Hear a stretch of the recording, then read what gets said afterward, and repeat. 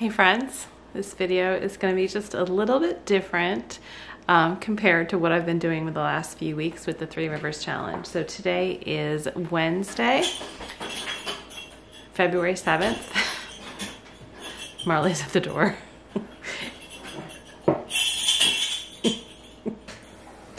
Wednesday, February 7th. And he doesn't have to go out. He's just playing with the bells, just so you know. I'm not ignoring him. I haven't filmed dinner. I filmed dinner on Sunday night, I guess, and I didn't do Monday night or last night. And I'm just tired. I'm sure you can relate. I am just tired. I don't remember what we did Monday night. I went out. I had a little mom's night out with some friends that I've had. Our children all went to preschool together, so we've been friends for quite a while now. Yeah, so we all just kind of hung out at one of the ladies' houses and had snacks and whatnot. And my husband took the kids to dinner. He did take them to dinner. And then last night, my husband and son were out. They had an activity they went to go do. And so it was just me and my daughter. Oh my God, you gotta see this.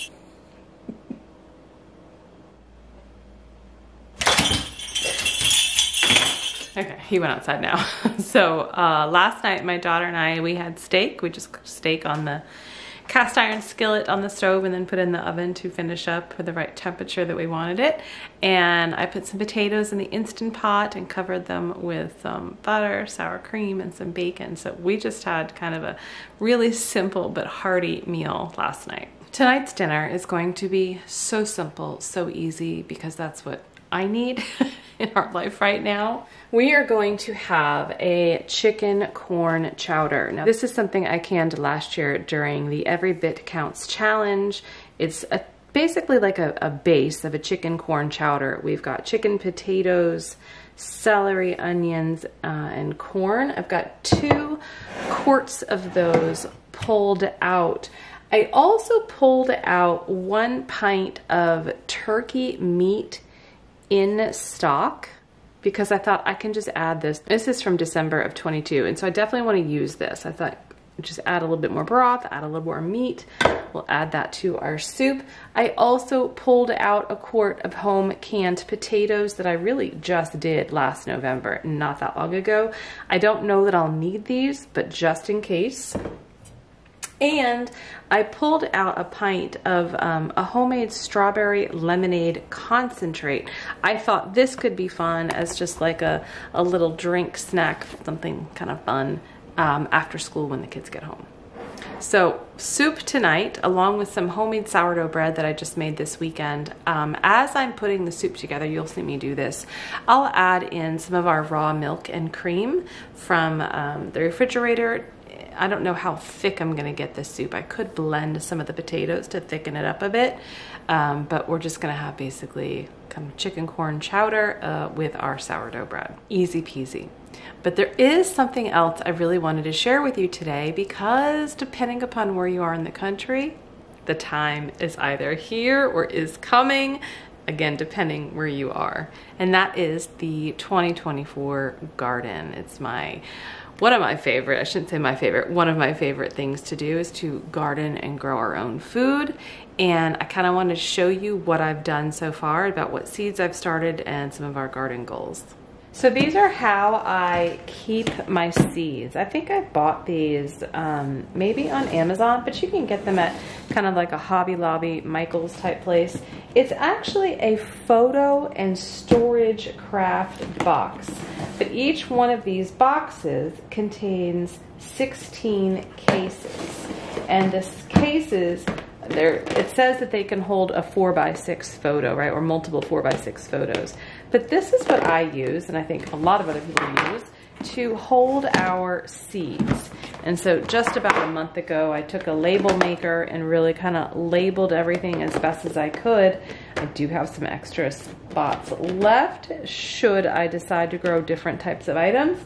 But over here, this one that's full is, you know, all the tomatoes, the peppers, the cucumbers, as well as all of the different summer and winter squashes, bush beans, greens, etc. We come over here, we've got some medicinal and culinary herbs, as well as a lot of things like flowers and onions and shallots, okra, corn, artichoke, pole beans, things here. This one I use mostly, and some of these ones over here are just kind of hit and miss depending upon how I'm feeling in this season. And so this year I did my garden just a little bit different. I think the more you garden and you're, growing your own food, starting things from seed, the more honed in you get, right? When you're just starting out, and this is not a downside in any way, this is part of the process, is that you just want to grow everything. You want to grow all of the varieties because they're fun. The pictures on the seed packets are beautiful. You just kind of can see yourself harvesting it, eating it, how you would use it, and it is exciting.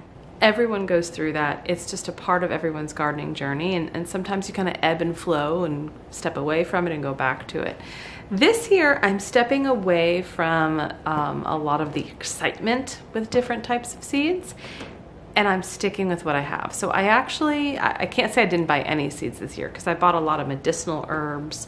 I think I did buy some culinary herbs, but I didn't buy any traditional vegetable seeds that we would be starting. I'm using everything we have, and I'm really tailoring that down to only a few varieties, especially of like the tomatoes and peppers, right? The tomatoes and peppers, I think I have 4 varieties total, and then maybe a little bit more, but I've only got cherry, paste, and slicing. And then for peppers, we've got hot and sweet, right? So I really kind of narrowed down the varieties within the different categories to keep things a little bit easier, because the longer you're growing things, the longer you're starting from seed, the longer you're growing your food and using it and eating it, you really get to understand what do you like, what's working, what doesn't work. And so this year, that's my goal, is to really narrow and tailor that down to make the gardening season enjoyable and not overwhelming. So we can take an example here with the paste tomatoes. Paste tomatoes, if you don't know, they are the tomatoes that are called paste tomatoes because they don't have a whole lot of water content, or as much water content as, say, a slicing tomato, and they are used to make sauce. If you start with a tomato with less water content, the faster, theoretically, and the thicker your sauce will get to that point. So I decided to grow, I think 4 varieties: Perone, Amish paste. This is probably the 3rd year I'm doing this one.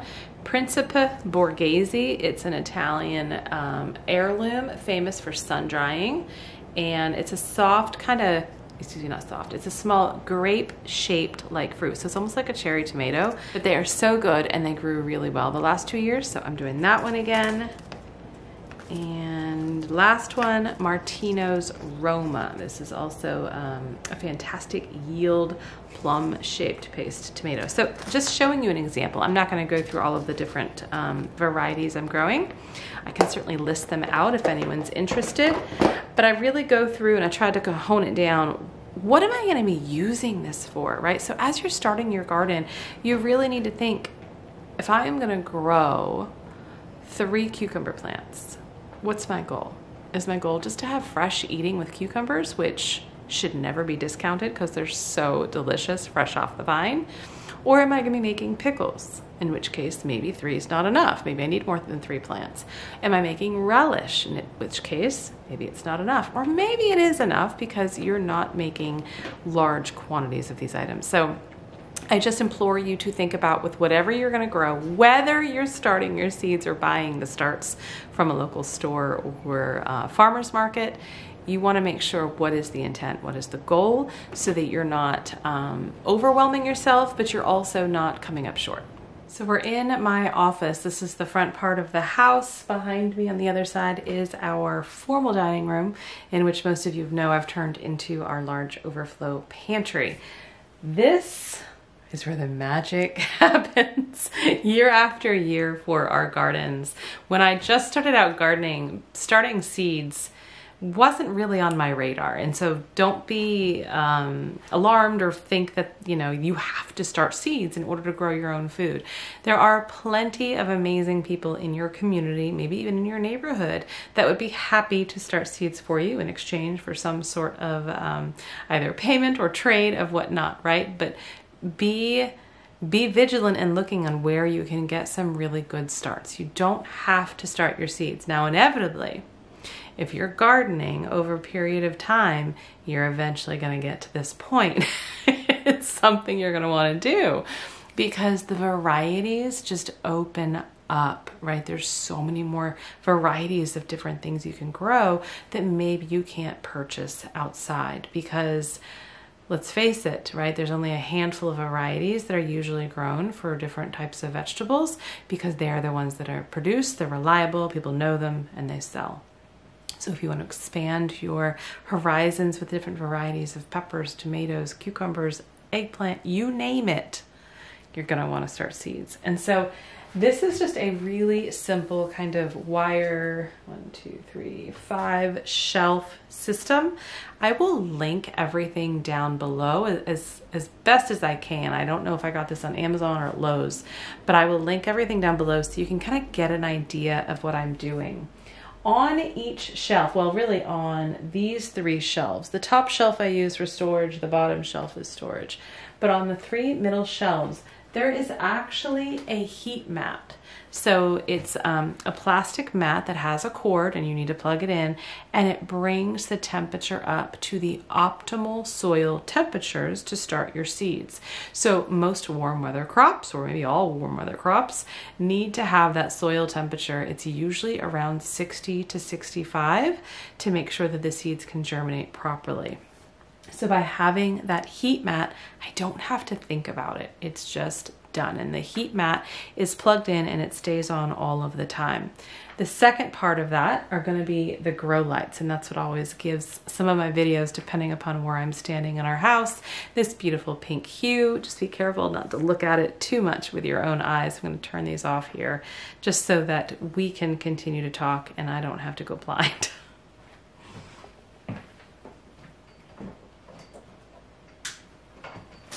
For the first couple of years, I would actually have the grow light on at nighttime and then have it off during the day.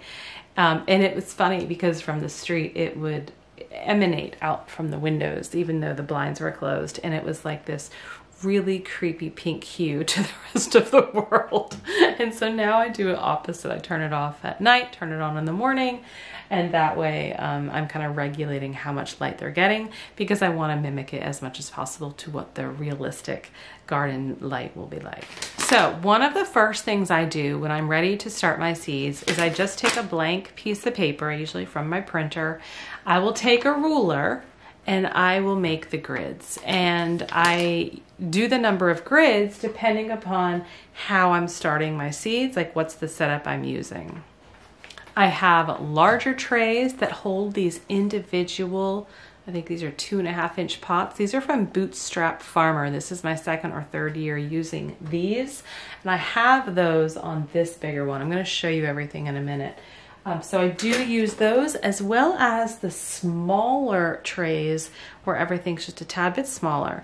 The downside is that there's a pro and con to all of it, right? The pro of the smaller one is that you get to start so many more seeds in a much more smaller combined area, right? Each one of those, I think it holds 32 cells.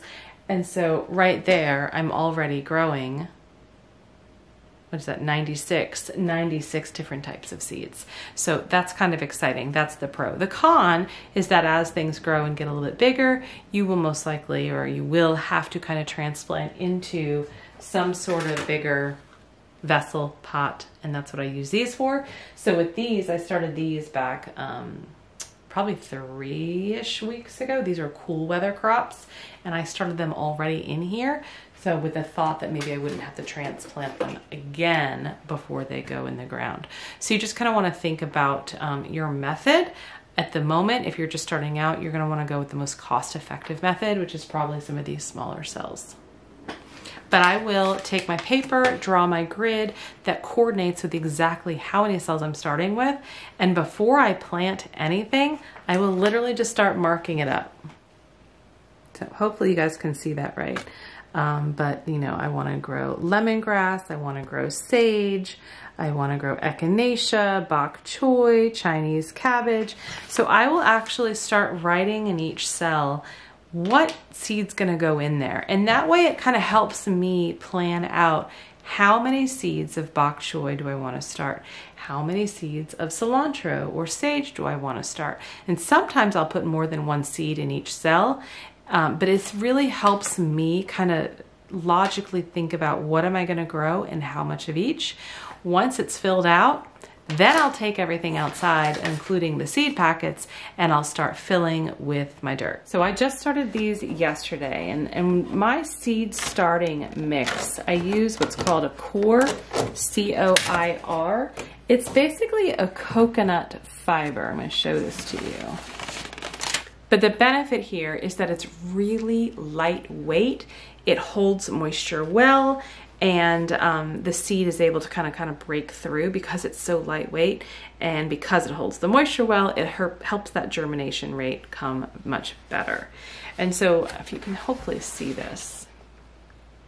So this is one of the trays I did yesterday, and I can tell you that really only the first, these 3 rows are filled, and I've got holy basil, nasturtiums, calendula, and toothache plant. So these are all empty right now, and I did that on purpose. The other 2 are all full, but I left some room here because I know in time I'm also going to need to start cucumbers and some summer squash and maybe a couple of other things. And so I wanted to make sure I left myself some room. But again, I have everything kind of just written out so I know what's what. So once you have your dirt and you have it moistened, right, and so that your core or your seed starting mix definitely has some moisture in it, have the top put on. It's important to really try to help keep the moisture in as much as possible. Now, inevitably, you'll start seeing, like down here, if you can see that, there's actually moisture condensation kind of building up. And every day I will come in here and just kind of maybe crack it so that some of the air can get in. There's a little airflow. You don't want it to be stagnant. But really, I just planted this top row yesterday. I should start seeing some germination, I'm gonna say within the next probably 36 to 48 hours from today.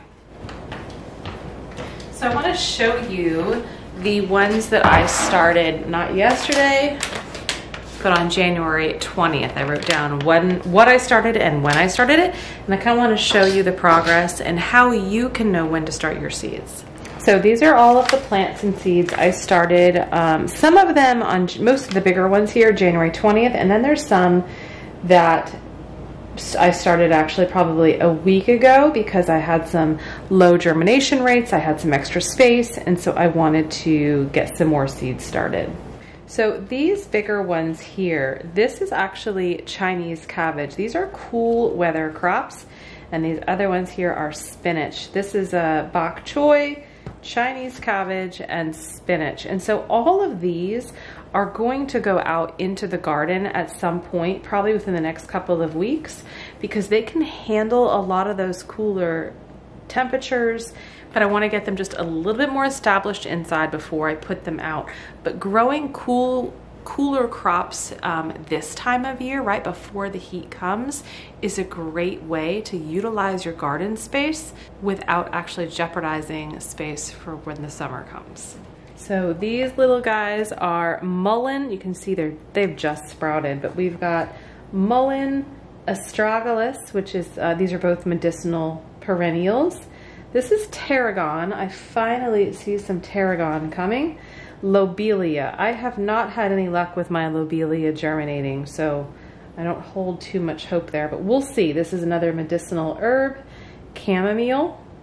cilantro. If you ever have problems trying to grow cilantro in the summer or even in the fall, because depending upon where you live, it still could be too hot, like me in North Carolina. I was in zone 7B, and then last year kind of went to 8A. It's just too hot here to grow cilantro. So I actually very successfully can grow cilantro in the dead of winter. I have 4 or 5 plants out in the garden right now that I've been harvesting from and freeze drying, so I have delicious cilantro for when I need to make salsa later. This is lemongrass. There's a lot of lemongrass here. Sage. These are echinacea. So there's actually, I think, two here, one. I think there's one up here. So I've got a couple echinacea coming up, and like we said, the bok choy, cabbage, and spinach. And so the other trays that I was showing you earlier, that is a lot of my nightshades. So eggplant, tomatoes, peppers, and then again, a couple of those annuals as far as dill, basil, the toothache plant, a lot of the other annuals that I needed to start sooner than later. Which brings me to the next point, is when do you start your seeds? The first thing you need to know is when your average last frost date is. For the longest time, I didn't quite understand that concept. And what that means is, when is the approximate last date where you live, where the temperatures are going to get to freezing or below, right? 32 degrees Fahrenheit, 0 degrees Celsius. You need to have an idea. You'll never get an exact date, but having that idea is paramount. Along with that, your average first frost date, which is what happens in the fall, right after the summer, the heat kind of dwindles away, the cool comes in. When's that first time that you're really gonna see those freezing temperatures? So if you can figure out those, you'll be golden. And all you gotta do is look it up online and you will get the information. You'll get probably a general week. For us, where I am, I like to push the limits a bit, but for us in North Carolina zone 7B, 8A, our last average frost date is usually the 2nd week in April. It's always kind of well known around here. Tax day, April 15th is really kind of a good safe bet. I will probably get a lot of my vegetables out prior to April 15th, maybe a week or so. Just push it a little bit, especially since Punxsutawney Phil did not see his shadow in 2024, so spring may come early. But it's important to know those dates so that you can kind of work backwards. Now, a lot of these plants, especially peppers, they take a longer time to germinate. You're going to want to give yourself a good 6, maybe 8 weeks prior to that date that you're going to put them in the ground. Now, if you're going to buy your starts elsewhere, you don't have to worry about any of this. But if you're looking to start your seeds or just looking to learn more about how this process works, this is what you're going to want to do. So if I am going to try to get everything planted in maybe that 1st to 2nd week in April, here we are, February 7th, it's time for me to start these seeds because we're around that 8-week mark.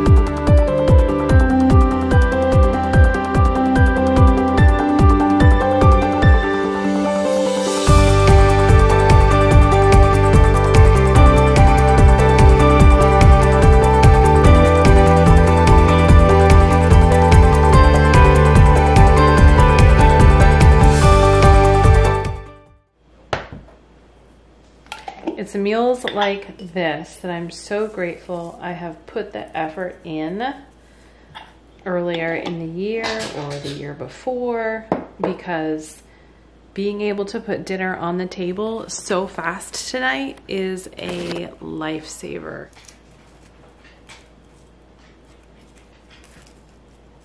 Bon appetit.